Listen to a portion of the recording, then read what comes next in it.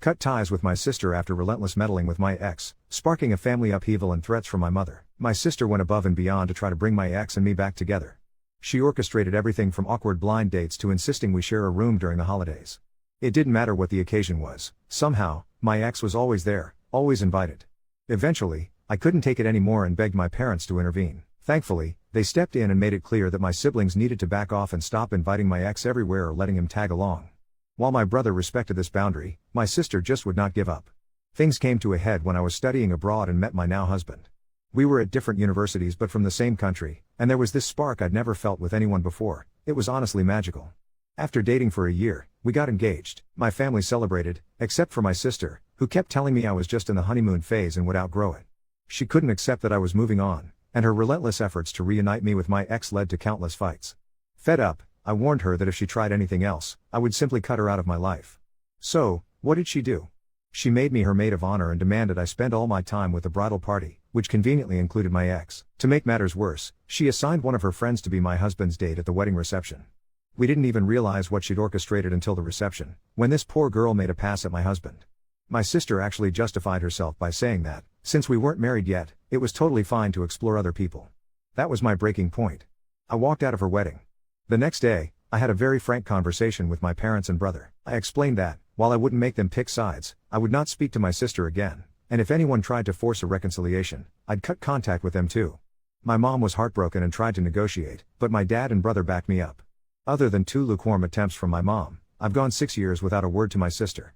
She's tried every trick, gifts, tantrums, dramatic pleas, but I remained ice cold. At family events, I acted like she didn't even exist. At first, she would start drama or make snarky comments, but since no one would indulge her, she eventually stopped. She completely lost it when she found out she was invited to my wedding but wouldn't be included in any of the preparations. My brother later told me he felt guilty for tagging along with all the drama, and that his relationship with my ex suffered. Although they still talk, they're no longer close. I said nothing to anyone, just kept my pain bottled up, until my brother finally arrived one evening, fuming with rage like I'd never seen. He grabbed my things and told everyone he was disgusted and disappointed. We waited in his car until my dad and husband showed up. By that point, I couldn't stop sobbing. My brother just kept apologizing, even though none of this was his fault. After that, I sent everyone, except my mom, a cold, formal email with my lawyer's information, informing them that any further contact would involve the police. My dad later told me my mom and sister had completely lost it when they realized I meant business. Their frantic goal was to repair things between us so my sister could have a place in my baby's life, maybe even become godmother. Now, my dad is staying with my brother. Both of them support me, though some relatives don't. I've had mutual friends reach out, too, concerned about my sister. She's spreading the story pretty thick that my husband is isolating me from my family. I hate airing dirty laundry, but I laid everything out in a long Facebook post so people would hear the truth from me.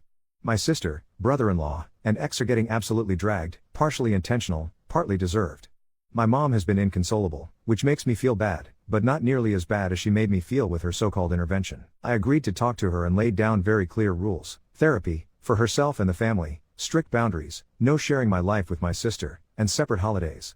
The most important rule: if she ever pulls anything like this again, she's out. She complained it was too much but ultimately agreed, mistakenly thinking she'd immediately regain access to my baby and our relationship would be fixed. I told her, no, it's a process. She has to earn my trust again. My dad and brother want nothing to do with my sister now, and they keep apologizing for not stopping all the madness sooner. I've forgiven them, they've really grown. My husband supports whatever I decide, but my mother-in-law worries that cutting off my mom from her granddaughter might be too harsh, though she says it's ultimately my decision. I feel torn about what to do with my mom. For the update, I had another conversation with my mom. She insists she knows best, called me a bad person, and threatened grandparents' rights or even custody, which was beyond frightening. I sent her another letter, reinforcing my boundaries. My dad made a definitive break. He moved out, telling her he couldn't support her tormenting her own daughter. My brother and his wife went completely no contact, too. It might seem dramatic, but I don't think I've ever adequately described the level of despair I felt after that intervention. After everything, my husband told them all they needed to seriously reflect on what they valued and that he wouldn't raise a child in a toxic environment. Just one more reason I absolutely love him. My husband is deeply hurt by my mother's behavior and says she'll never have anything from him now. That's as much revenge as anyone is getting out of this disaster. He and my sisters, meaning his sisters, talked to my mill about her earlier comments regarding cutting my mother off, and made her see just how out of line they were. She's a loving mom from a genuinely caring family, and I'm grateful for that. That's where things stand right now, broken but hopeful for those of us who truly care about each other. Update 1. Things have been both wonderful and utterly disastrous at the same time, but I'm really trying to stay positive and focus on what I can control. After everything that happened, my brother and his wife decided it was finally time to sit my nephews down and explain the difficult situation. They told them, as carefully as possible, that their grandma was unwell and had tried to hurt both me and the little cousin. They worked hard to gently explain that grandma wouldn't be a part of their lives anymore, making sure the kids understood that didn't mean she stopped loving them. It broke my heart, watching these smart, sweet kids process something no child should ever need to process. While all this was going on, they also let the boys know that their other aunt would no longer be around. Honestly, the kids didn't seem bothered. Turns out, I wasn't the only one who felt she just wasn't great to be around. The fallout from all this has been explosive. When my mom heard what had happened, she completely lost it. She insisted that she had rights and started proclaiming that she would get to see her grandchildren, whether we liked it or not. Meanwhile, my dad has been scrambling to put his own life back together.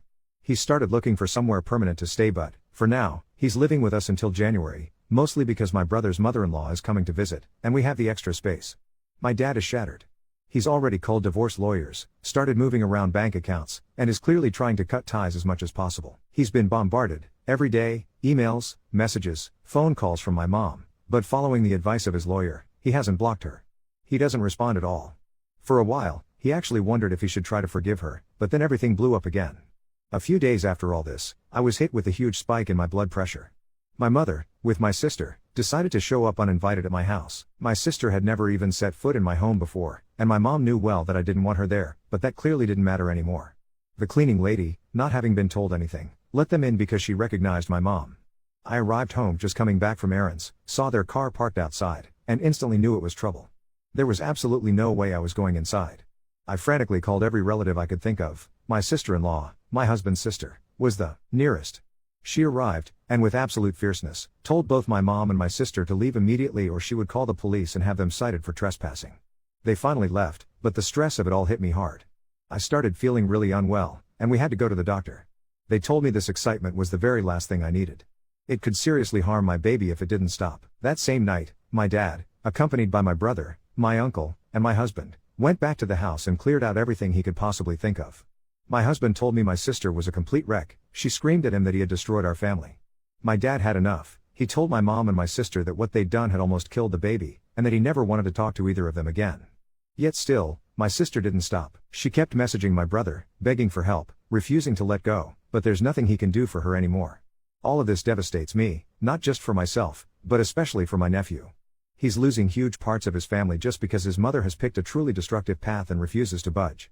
Now, as for the threats and grandparent rights my mom has been frantically trying to throw around, my lawyer got involved. She received a formal letter making clear that her harassment has caused me and my baby harm, and that any more of it would become a real legal matter. My brother sent a similar letter, referencing what she's done to me as well. Neither my mom nor my sister has shown the slightest inclination to go to therapy.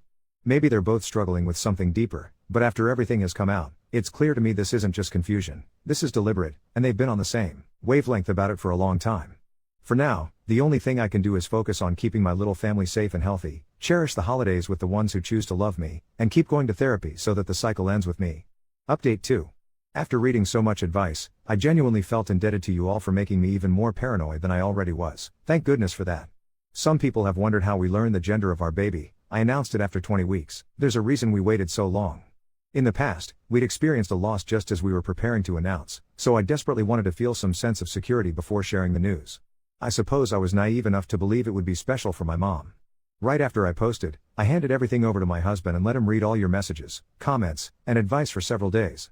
We swept the entire house. Luckily, we found nothing there, but it left us feeling so unsafe and exposed that we packed our things and moved to a hotel with my dad.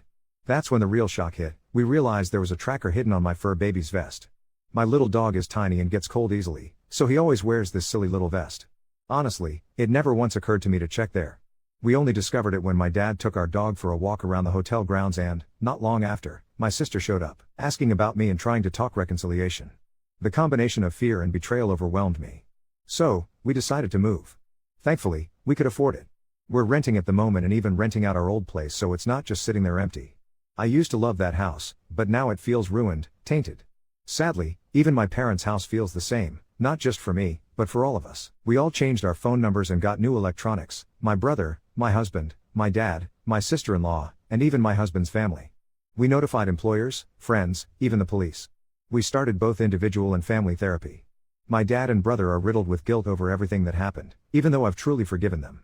Still, we're working to heal as a family. Meanwhile, my mom and sister remain adamant they've done nothing wrong and insist they don't need therapy. My dad, in a move that makes it clear he's done with my sister, wrote a new will. Her son is placed into a trust fund and gets an inheritance, but my sister herself only gets a token amount. I felt bad for her at first, but I decided to focus all my energy on my baby. My daughter is here, and we are blessed. This isn't the experience I dreamt of. My mom isn't around me anymore, but so many friends and family members have stepped up in beautiful, unexpected ways. Paranoia still clung to us, so much so that, when it came time, we started testing people. We told a handful of folks I was going into labor, even when I wasn't, just to see if word would leak out. It worked like a charm. We discovered exactly who was still feeding info to my mom and sister, and we cut them out. The rest understood completely when we explained.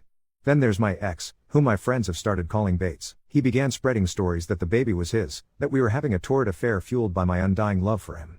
Nobody believes his insanity anymore, but the drama made my husband reach out to Bates' employer and lay out all the crazy things he'd been doing. Bates was suspended pending an internal review. I'm almost certain he'll be fired. The company has kept asking us for more information, and they seem sincerely apologetic. My mom hasn't given up trying to find us, but every single person aware of our location has cut contact with her. My dad's lawyer sent her an official letter. From now on, due to her instability, all correspondence goes through lawyers. It's just been us and my dad, because I couldn't bear the thought of him being alone. He's promised me he'll be fine, and reminds me none of this is my fault, but I still feel terrible for him. He's been the best babysitter, feeder, and diaper changer in the world. My nephews have been as loving as ever, and, surprisingly, my dad even got a visit with my sister's son. That came about because my sister began making videos threatening to harm herself if my husband didn't stop alienating her family. My dad reached out to her about seeing her son and assured her he'd involve the police if she continued with her threats. That seems to have finally stopped it. A final note, someone suggested I gave Bates false hope. Nothing could be further from the truth. For years, I felt uncomfortable around him, waiting for him to move on. After speaking up and meeting my husband, I endured a long period fighting with my sister about all of it. My engagement was long, which is why I married after my sister. Despite everything, I still love my mom and sister. But I'm choosing a healthy life for myself and my family over that love. I've discovered so much loyalty, love, and compassion through this entire ordeal. As strange as it may be, I actually feel lucky it all exploded and came out into the open. Hopefully this isn't just a ramble. Sending big hugs from me. Update 3. I'm happy to report we're all alive, well, settled into a beautiful new house, and my baby is thriving. And the cherry on top? Bates was fired. Here's the whole story. After everything, we officially moved into a new home, and my dad moved into the guest house. We spent a lot of time, sometimes in therapy, sometimes just around the dinner table, talking about what would work best for all of us. We decided it would be good for dad to be nearby, but we all still needed our own space. For now, we're still renting out the old place while we figure out what to do next. Now, 3 times a week, my dad gets all the grandkids together. There's one catch: he has to see my sister's kids separately because my sister refuses to let him take her child, unless she knows exactly where he lives. To be fair, wanting to know where your child is makes sense, but knowing my sister, it's more about control, and honestly, none of us want her too close to us. Of course, my mom is furious. She's complained to her lawyers about how unfair it is that dad still gets to see all the grandchildren, but there's nothing she can do. About a month ago, my dad came to me with a worried look, said he had a confession to make, and my stomach dropped. He admitted that the only reason my sister lets him see her child is because he's secretly paying for my nephew's schooling and babysitting. My dad felt so guilty for keeping it from me, but I reassured him, there's nothing wrong with what he's doing. I just told him not to feel bad about it. Then, Mother's Day rolled around and my dad got this absurd email. Someone, my mom's side, of course, had put together a weepy Instagram video about my mom, framing her as some sort of martyr because her family has abandoned her, and painting my sister as a saint for standing by her. It was pathetic. I forwarded it straight to the lawyer and went about my day. In May, my dad filed for divorce. The process is still ongoing. My mom insists dad is wrong and should come back, but my dad told me he'd rather drink bleach than go back to her. I'd call that final. On Father's Day, my brother and my husband took dad out, just the guys, and they had a blast. Of course, that same day, my sister inundated social media with dramatic posts, but we made sure to block dad from seeing any of it. We wanted him to enjoy his day. Later, we did a camping trip with the kids, meaning, we booked a hotel suite, set up a tent indoors for the kids, and pitched a tiny teepee for the baby. It was ridiculous and perfect. Honestly, having this baby is one of the best things that ever happened to me. Watching my husband become the incredible father I knew he would be makes me so grateful. Yes, it's tiring, but we have such a strong support system around us. My world feels full in the best way. Now, my sisters-in-law and I coordinate a calendar so the kids always have age-appropriate things to do, and importantly, we let them know their voices matter. They don't have to hang out with anyone they don't like. Right now, they're all absolutely obsessed with the baby. They call themselves her protectors. We get together for brunches and little family gatherings, and without my sister there, family time is actually a pleasure instead of a headache. I know it's harsh to say, but she really does have a way of sucking the joy out of every room. My mother-in-law couldn't be happier either. Once a week, she politely asks to stay in the guest room and spends time with the baby. She never tries to co-opt special moments or push boundaries. I actually feel respected and heard. I won't lie, I've broken down a few times, missing the mom I thought I had, the mom I sometimes wish would call me. I don't miss the version of her who told me I'd be a terrible mother or whose words could be so hateful. My therapist says healing is a marathon, so I'm focusing on all the good. And something truly good, Bates was not only fired, his reputation went nuclear in his industry, completely annihilated. His brother's reputation suffered, too, but he works in a field where it doesn't matter as much, so he's still employed, as far as I know. Then Bates sent me a 12-page, double-sided, single-spaced letter filled with his pain, how I'm denying him what's his and how my husband got him fired because he couldn't beat him any other way. I didn't bother to read it. My lawyer did and just gave me the cliff notes. Funny enough, I hear things through the grapevine. People just tell me stuff because they know Bates is still stalking me. Apparently, the mother of his children moved away, and he didn't care. He just said it was probably for the best. He doesn't care about his own kids, but wants to play family with me and the baby. The only downside is, he won't learn a thing. His mother already let him move back in, so he won't have to face any real consequences. But me? I'm surrounded by love, support, and a family that truly has my back. I'm grateful every single day. Update 4. I thought things were finally settling down, but apparently the universe had other plans. My daughter just turned 8 months old, and life felt like it was getting into a rhythm, until everything exploded again. It started when my dad came over looking completely shaken. He'd been at the grocery store when he ran into my mom's sister, my Aunt Carol. She cornered him in the cereal aisle and started this whole sob story about how my mom was falling apart and how I was being too harsh. But here's the kicker, she let slip that my mom had been staying with her for the past 2 months. All this time, we thought she was living alone in the family house, but no. She'd been just 20 minutes away from us. That same week, my brother called me in a panic. His mother-in-law had been visiting, and she'd taken the boys to the park. A woman approached them, asking about the children and trying to take pictures. The description?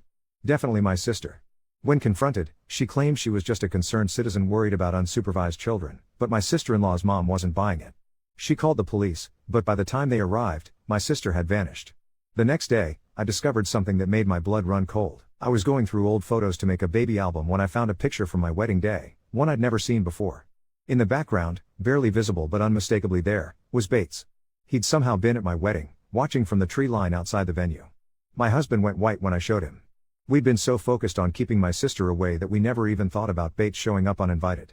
That revelation sent us into full investigation mode. My husband contacted our wedding photographer, and after digging through hundreds of photos, we found 3 more shots with Bates lurking in different locations around the venue.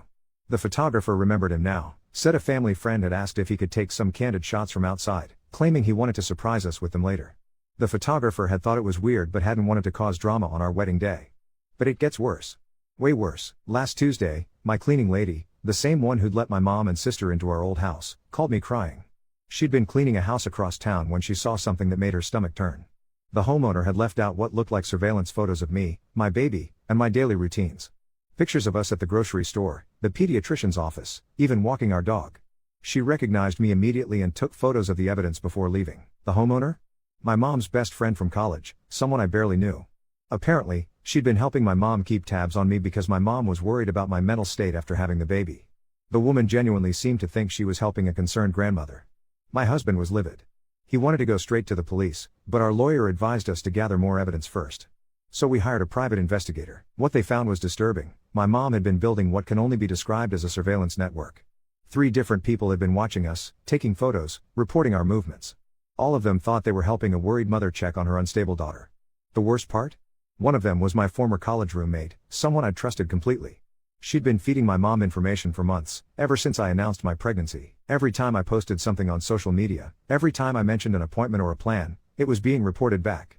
I felt so betrayed I couldn't eat for 2 days. But then something happened that changed everything. My dad was meeting with his divorce lawyer when the receptionist mentioned that a woman had been calling repeatedly, claiming to be his wife and demanding information about his case. When they described her, it wasn't my mom, it was my sister. She'd been impersonating my mom, trying to get details about the divorce proceedings. That's when we realized my sister wasn't just supporting my mom out of loyalty. She was orchestrating a lot of this herself. The surveillance network, the threats, even the social media campaign painting my mom as a victim, it all had my sister's fingerprints on it. My dad was devastated. He'd been feeling guilty about cutting my sister out of his will, wondering if he'd been too harsh. But this confirmed what I'd suspected all along. My sister saw my mom as her ticket to getting back into our lives and, more importantly, getting access to my daughter. The private investigator discovered that my sister had been telling people I was suffering from severe postpartum depression and that my husband was controlling me. She'd even reached out to my old therapist, claiming to be concerned about my deteriorating mental state. The therapist, bound by confidentiality, couldn't share details, but they did confirm that my sister had tried to get information about me. 3 days ago, everything came to a head. I was at Target with the baby when I noticed a woman following us. She was being obvious about it, taking pictures, staying close enough to eavesdrop. When I confronted her, she broke down crying and admitted my mom had paid her to document how I was treating the baby. She said my mom was convinced I was neglecting my daughter and wanted proof for a custody case. I called the police right there in the store. The woman, a struggling single mom who'd been desperate for the money, was arrested for stalking. She had a folder full of photos of me and my baby, notes about our routines, even recordings of conversations she'd overheard. My lawyer says it's enough to file for restraining orders against both my mom and sister. But here's the twist that nobody saw coming. Yesterday, my dad got a call from Bates. Apparently, Bates had been in contact with my sister this whole time. Not romantically, even he's not stupid enough to try that again, but as allies. My sister had convinced him that if they worked together, they could prove my husband was unfit and dangerous. Bates thought if my marriage fell apart, I'd come running back to him.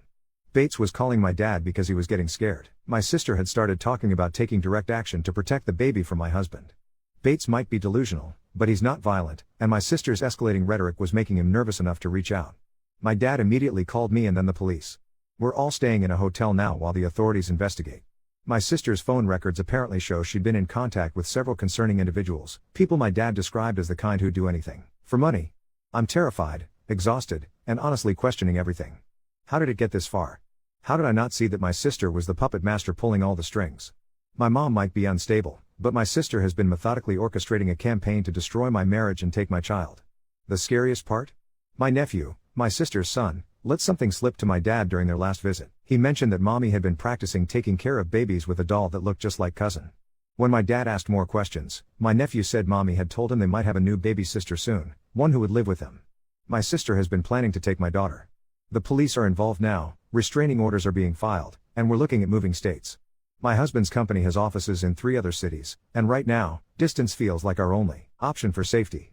I keep thinking about how I used to worry that cutting my family out was too harsh, too dramatic.